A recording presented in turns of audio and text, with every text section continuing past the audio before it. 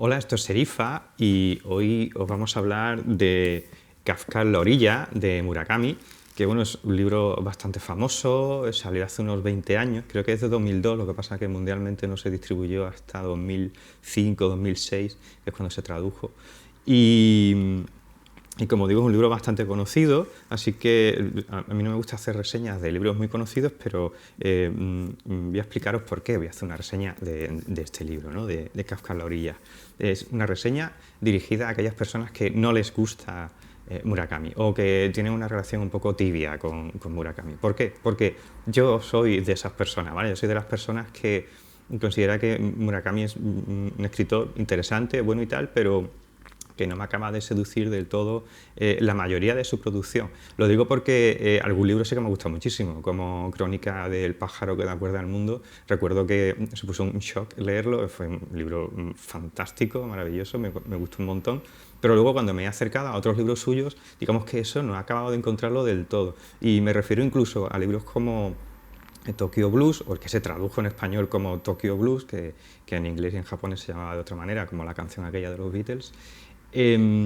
Tampoco ese tipo de libros, son libros que más o menos están aclamados por crítica y público, tampoco me han llegado a seducir mucho, en parte porque, bueno, digamos que el estilo de Murakami es muy entretenido, es un estilo que creo que narrativamente funciona bastante bien, es decir, que vas leyendo y tú no tienes la sensación de decir, pues qué aburrido, lo voy a dejar. En general no tienes esa sensación. Pero luego, digamos que tiene algunas cosas que a mí personalmente me chirrían, como son el concepto de verosimilitud que utiliza algunas veces, parece un poco vago, o la inocencia y la frialdad, una mezcla entre inocencia y frialdad con la que los protagonistas, sobre todo los protagonistas masculinos, que creo que son casi todos los libros, son protagonistas masculinos siempre, se afrontan, ¿no? Afrontan la narración, lo que les pasa.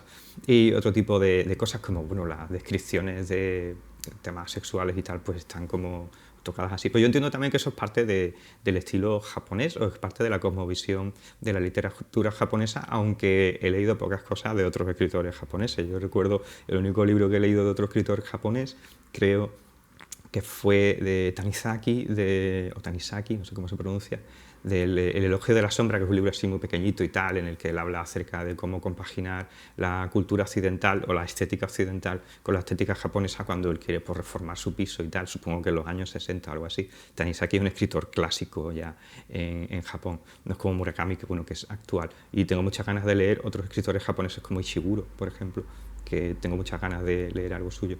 Pero como digo, a mí Murakami siempre me había dejado así un poco como tiene un gran libro, que es Crónica del pájaro que da cuerda al mundo, pero luego tiene otros libros que a mí nunca me acaban de seducir o algo así. Los leo, tengo buena sensación, va bien, pero luego al final a lo mejor me deja una media tinta. ¿Y por qué digo todo esto? Porque eso no me ha pasado con Kafka en la orilla. Kafka en la orilla creo que está a la altura de Crónica del pájaro que da cuerda al mundo, a ver si cuando acaba el vídeo ya lo digo por lo menos una vez bien. Y me ha gustado mucho. Creo que ha sido una lectura, primero, muy intensa, el libro, la verdad es que te atrapa mucho, son 600, casi 600 páginas, ¿no? 580 páginas, me lo he leído en una semana o algo así. Y es verdad que te acaba metiendo mucho y te acaba haciendo muy cómplice con los personajes. Y ya digo, con estos personajes de la literatura de Murakami, que siempre son como muy fríos y muy distantes y tal, pues aquí eso creo que no ocurre. Cosas que se han dicho del libro, porque como es un libro que ya tiene unos años y tal, pues yo después de leerlo, pues digo, bueno, voy a comprobar cosas que no suelo hacer cuando quiero hacer una reseña de un vídeo, no lo hago, pero lo hice con el de Houellebecq y lo he hecho también con esto, y busco ver qué se ha dicho del libro, qué dice la gente, y creo estar profundamente en desacuerdo con muchas de las cosas que se han dicho, como por ejemplo, que esto es una novela pop. Esto no es una novela pop, no puede ser una novela pop, es imposible que sea una novela pop. A lo mejor está escrito como si fuera una novela así pop, que un poco el término un poco casi sin significado, ¿vale? Que se le pone a veces a la literatura de Murakami. ¿Por qué? Porque está escrito un poco a veces como estas novelas así un poco de baratillo, americanas y tal, muy cinematográficas, muy no sé qué, pero aunque eso pueda ser cierto en el libro este, que pueda estar un poco escrito así, a mí, ya os digo, para nada me parece que esto tenga un sentido popular. ¿Por qué? Porque lo que hace Murakami, que vamos al meollo de la cuestión, lo que hace Murakami en este libro es una cosa muy interesante, y es También se ha hablado del libro que es realismo mágico, lo digo porque viene a colación con lo que voy a decir ahora. Es realismo mágico. Yo, después de leer este libro, he tenido la sensación de que realmente no sé qué es el realismo mágico, porque si este libro es realismo mágico, entonces, ¿qué es fantasía? ¿No?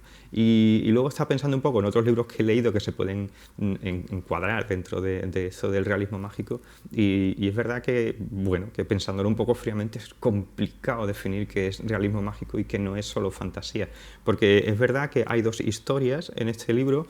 Es una historia, digamos que más o menos realista, que es la historia de Kafka Tamura, del chaval de 15 años, que bueno, que al principio del libro, en las primeras páginas, pues decide que se va de su casa y huye, ¿no? Desaparece, se va de su casa y va a huir. Es más un chaval un poco raro, porque es como que habla con otra persona, no se sabe muy bien si es un amigo imaginario o algo así, pero sí se sabe muy bien que aquello no va a ser muy normal. ¿Por qué? Porque cuando habla el amigo imaginario este, ocurren cosas a nivel narrativo, como que los párrafos están escritos con una tipografía diferente, y eso te saca un poco, es como que, bueno, esta persona que está hablando ahora con el chaval parece que no es de este mundo exactamente. Y es una pequeña pista que te va dejando de que aquella historia que supone que es la realista, pues va a estar inmersa en asuntos más o menos fantásticos. Por otro lado, esta historia está contrapuesta con la historia de Nakata, que es un señor mayor que de joven tuvo, y esto es lo que no me gusta, ya he leído varias cosas al respecto y he visto varios vídeos en YouTube al respecto, y dice, tuvo un accidente. ¿Cómo que un accidente? Este hombre no tuvo ningún accidente, no tuvo nada de eso. Este hombre le pasó una cosa muy rara, muy chunga, incluso en plena Segunda Guerra Mundial, el gobierno japonés y el ejército japonés investigó qué le pasó a este hombre y a otros chavales, porque aquello no era muy normal. No es un accidente, eso no es un accidente. Así que no voy a decir nada más para no hacer ningún spoiler. Me gustaría no soltar ningún spoiler accidental durante el vídeo, porque creo que vale mucho la pena leer el libro sin saber lo que va a pasar, pero no es un accidente. Pone un accidente en la solapa, pone que es un accidente, pero no es un accidente.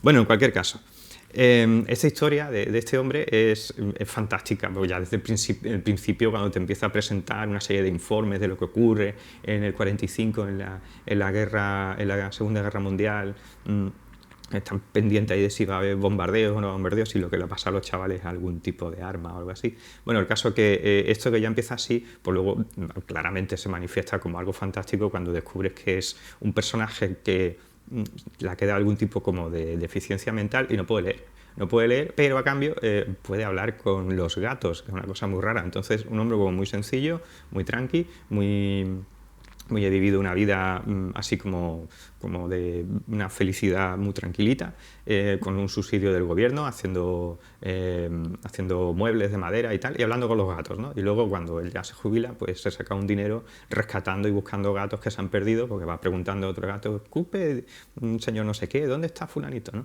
Y se gana la vida así, pues muy rara, muy rarísima, pero está claro que esa historia es una historia fantástica. Y a donde yo voy es que el núcleo duro de este libro no puede ser pop, porque lo que está haciendo es contraponer una historia supuestamente realista con otra historia claramente fantástica, pero no por superponerla, no por hacer un realismo mágico, sino porque la historia realista es una novela de aprendizaje. Es una novela de estas novelas típicas en las que un chaval sale al mundo a descubrirse a sí mismo y a saber quién es, ¿no? Hay un montón de novelas, desde Goethe hasta hoy, que funcionan así. Y la otra novela, pues una novela de fantasía, y es una novela de fantasía que tiene que ver con el mito. En general, por lo que dice Murakami a lo largo del libro, porque aparecen diferentes citas de diferentes autores que hablan de esto, el mundo del mito es el mundo de lo predeterminado, de manera que normalmente en los mitos griegos pues había una pitonisa, había alguien que le decía a fulanito, tú harás esto o lo otro, y él dice, no, y él, evitándolo, pues acababa predestinado a hacerlo, ¿no? Por evitar aquello, hacía lo que no quería hacer. Y esta predestinación está contrapuesta hacia la voluntad. Él considera que la novela de aprendizaje, entiendo que es como una especie de visión contemporánea de cómo es el mundo, en el que pensamos que nosotros tenemos una voluntad. Y en cambio el mito es como una visión más antigua del mundo, en el que pensamos que nuestra voluntad, o se pensaba que nuestra voluntad, por ejemplo los griegos a lo mejor pensaban que la voluntad era algo que formaba parte del mundo, estaba diluido en ella y por lo tanto era un poco una ilusión. Y este choque de voluntad o dejarse llevar, que está muy claro en estos dos personajes de Nakata y de Kafka Tamura, en el que uno busca, ¿no? Uno decide o quiere decidir, pero le van pasando cosas, y el otro simplemente se deja llevar. El otro simplemente se deja llevar hasta el punto de que, bueno, él sabe que tiene que ir a un sitio y obedece a eso que le dice. En su corazón sabe que tiene que ir a un sitio y hacer no sé qué cosa, y él va y sigue una serie de signos que le van diciendo lo que va ocurriendo. Y yo creo que aquí está justo el corazón de toda esta novela, este choque entre si existe la voluntad o no existe la voluntad, funciona o no funciona esto, y con cuál es la verdad, cómo va. Y eso es algo que Kafka Tamura tendrá que averiguar a lo largo de todas las páginas. Y creo que eso es lo que tiene que ver con la conclusión, ¿no? Fijaos que hay otra cosa que no se ha dicho jamás, jamás de los jamás se ha dicho sobre este libro, o al menos yo lo he encontrado, y es que tiene una profunda vocación quijotesca, ¿vale? Las dos historias son dos Quijotes, ¿eh? Kafka Tamura es un Quijote de la vida, ¿no? Y Nakata también. ¿Por qué? Porque tienen sus escuderos, cada uno de ellos tiene sus escuderos, con nombres los voy a mezclar, ¿vale? Porque son muy parecidos. Uno es Oshimo, que es el chaval que trabaja en la biblioteca en la que acaba quedándose a dormir Tamura.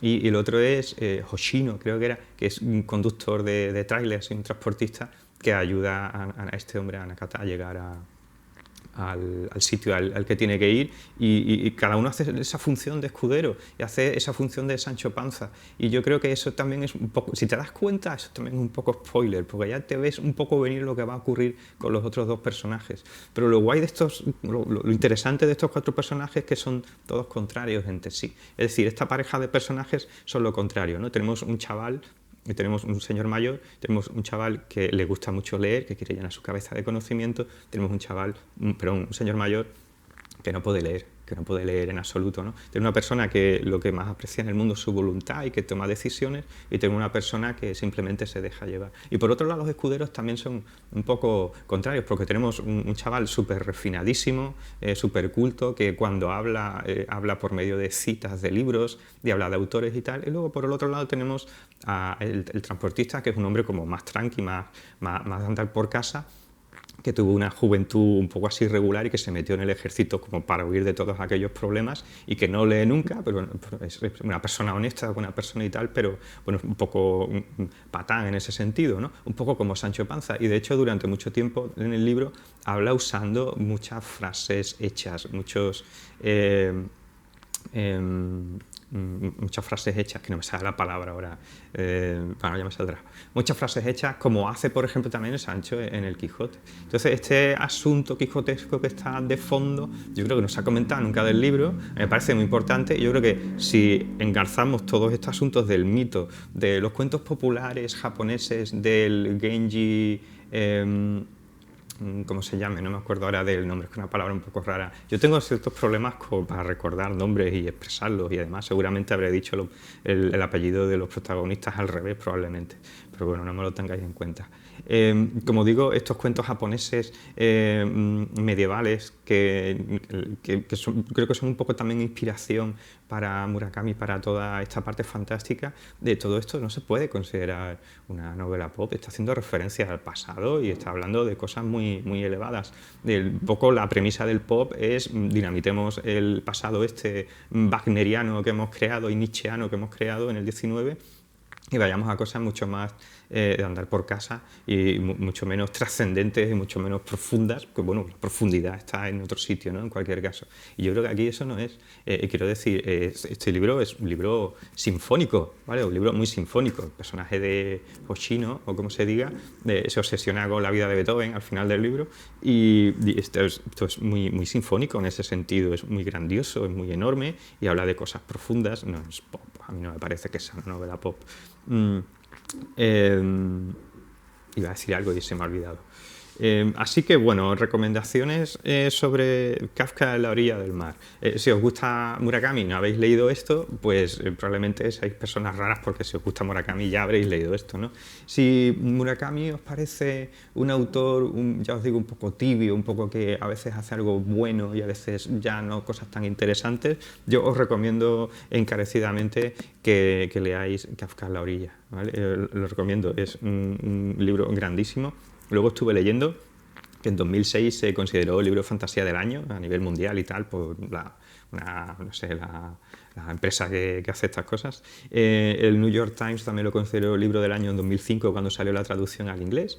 Y y un libro con bastantes premios y creo que merecidos. Creo que es un libro muy interesante, escrito de una manera muy original y también de una manera, ya os digo, muy liviana. Es como una sinfonía de Beethoven, pero en lugar de la orquesta entera, pues hay una guitarra eléctrica, un bajo y una batería. Es verdad que está escrito como un poco pop así, pero es muy sinfónico, es muy de la tradición.